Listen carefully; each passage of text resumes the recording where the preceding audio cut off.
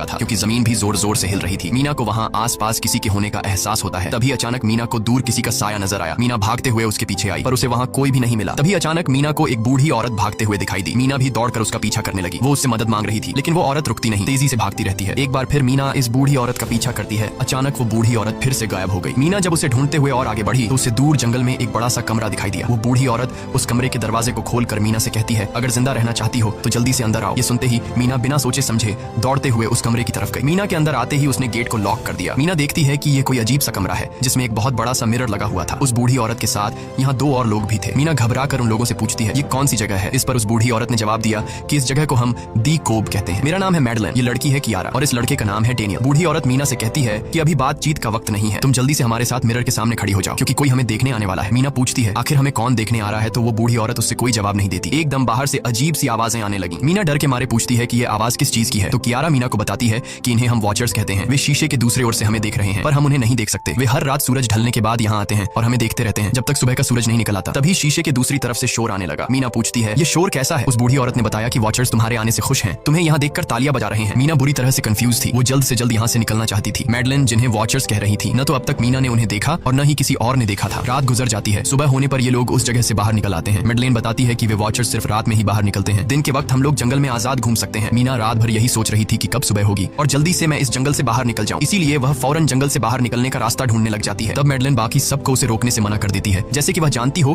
कि मीना इस जंगल से बाहर नहीं निकल सकती और वह जरूर वापस आएगी। बस मीना को जाते हुए मैडलेन बताती है कि तुम्हारा यह फैसला अच्छा नहीं है, इस जंगल से बाहर निकलने का कोई रास्ता नहीं है। रात होने से पहले हमें इस घर में वापस आना पड़ता है। अगर तुम लेट हो गई तो तुम अपनी जान से हाथ धो बैठोगी। मीना किसी की बात नहीं सुनती और अपने पैरेट को लेते हुए तेजी से आगे बढ़ती है। थोड़ा सा आगे बढ़ने पर उसे वहीं पॉइंट ऑफ नो रिटर्न वाला साइन दिखाई देता है। उसे देखकर वो घबरा तो गई लेकिन उसने हिम्मत नहीं हारी और सूरज को देखकर सूरज की डायरेक्शन में आगे बढ़ती रही पर जंगल से निकलने में कामयाब नहीं हो सकी। आगे चलकर रास्ता ही खत्म हो गया। मीना ने देखा कि वो एक पहाड़ के टॉप पर खड़ी है जहाँ से आगे दूर दूर तक जंगल के सिवा कुछ भी नहीं था। इसीलिए वो मायूस होकर नीचे बैठ जाती है। तभी अचानक उसके कंधे पर किसी ने हाथ रखा। वो डर गई और जब उसने पीछे मुड़कर देखा तो वो बूढ़ी औरत मैडलेन थी। यहाँ मैडलेन उसे हौसला देती है और कहती है कि सिर्फ तुम ही नहीं जिसने यहाँ से निकलने की कोशिश की और हार गई, हम भी तुम्हारी तरह ही हार कर यहाँ रुके हैं। यहाँ से बाहर निकलने का कोई रास्ता नहीं, चलो मैं तुम्हें कुछ दिखाती हूँ। मैडलेन मीना को जंगल की तरफ लेकर जाती है। मैडलेन मीना से कहती है, ये जंगल एक शिकारी है और हम सब उसका शिकार, अगर जिंदा रहना चाहती हो तो हमारे साथ ही रहो। मैडलेन उसे पॉइंट ऑफ नो रिटर्न वाले काफी सारे साइन बोर्ड दिखाती है जो कि जंगल के चारों तरफ गोल घेरे में लगे थे और उनके बीच में था उनका कमरा। मैडलेन बताती है कि यह हमारे घर से आधे